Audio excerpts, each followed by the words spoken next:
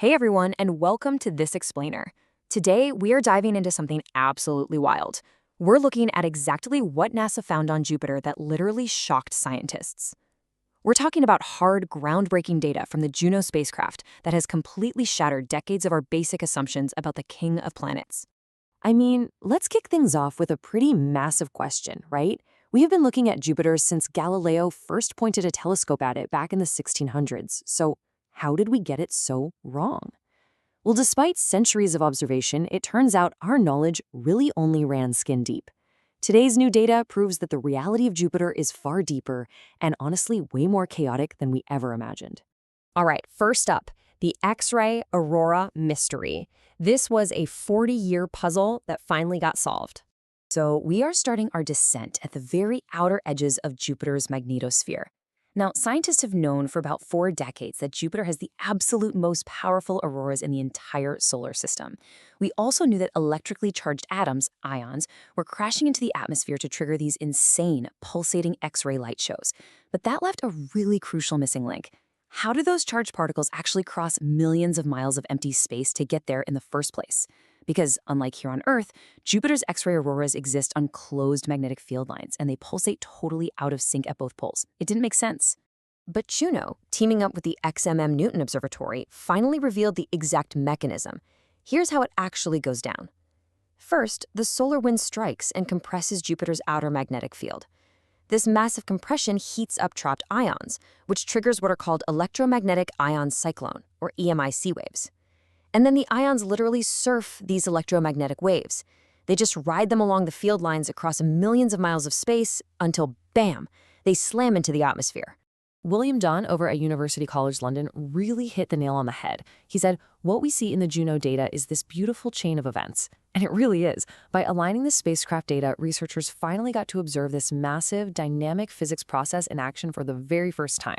I mean, they watched the compression happen, they saw the EMIC waves trigger, and then, 27 minutes later, they watched a brilliant burst of X-rays light up the Jovian poles. Just incredible. Moving right along, let's get into the deep storms and a fluid core, which is totally redefining Jupiter's interior. As we dive deeper through that glowing atmosphere, we hit a truly staggering number: 1,860 miles, or, roughly 3,000 kilometers. For literally decades, scientists debated whether Jupiter's famous swirling stripes were just shallow surface features. But Juno's ultra-precise gravity field measurements proved that these weather bands actually plunge straight down deep into the planet. To really wrap your head around that scale, think about this. Earth's entire atmosphere is essentially a paper-thin layer. It makes up less than 1/millionth of our planet's mass. But Jupiter's winds go so incredibly deep that they make up a massive 1% of the giant planet's total mass. Just try to picture 3 entire Earths made of nothing but swirling, roaring gas. And that's literally just the weather. Yochai Kospy summed up the vibe in the scientific community perfectly when this data came down. He said, it's like going from a 2D picture to a 3D version in high definition. Because Juno mapped Jupiter's gravity field 100 times better than any previous mission, it suddenly brought this deep, mysterious interior into crystal-clear, high-definition focus. And here is the big reveal from that high-definition picture. Beneath those 1,860 miles of turbulent storms, Jupiter's deep interior actually rotates as one single fluid mass. This solves a 50-year-old puzzle in planetary science, confirming that the core of the king of planets is almost certainly in a liquid state rather than a solid one. And that totally redefines how we have to model giant exoplanets going forward. Okay, next up, the polar cyclone swarms. Let's look at some weather at the extremes.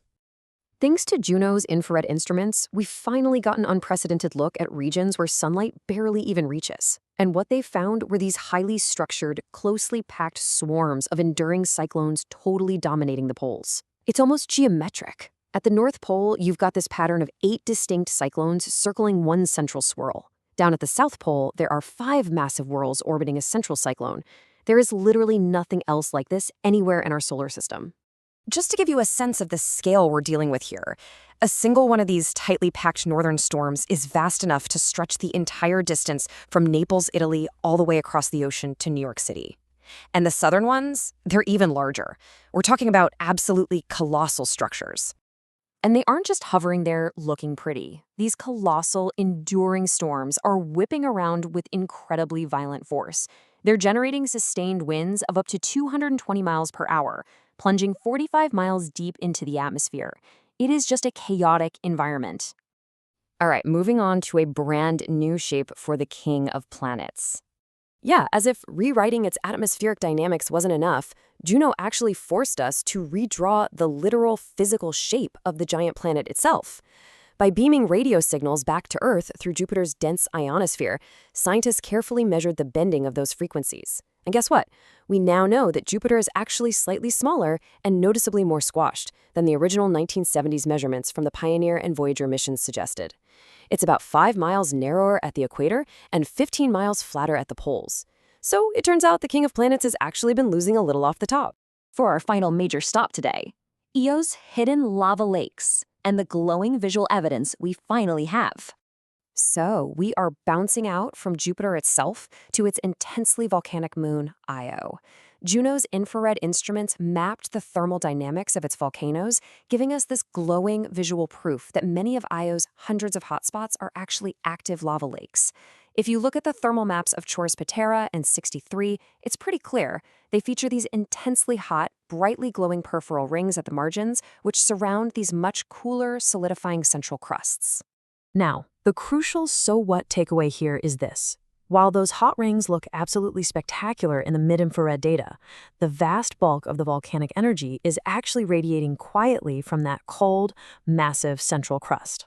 And failing to account for the massive surface area of that cooler crust meant earlier studies completely missed the mark. By only looking at the brightest hotspots, scientists were drastically underestimating Io's total power output by a factor of 10 times. This entirely changes our models of Io's interior structure and how tidal heating works there. So I want to leave you with this final, provocative thought to ponder today. If we are just now realizing exactly how much we didn't know about Jupiter and its moons, from its shifting shape to its fluid core to the hidden power of its volcanoes, what other mind-blowing discoveries are just waiting for us out there in the dark? Thank you so much for joining me for this explainer. Keep your curiosity sharp, and I will see you next time.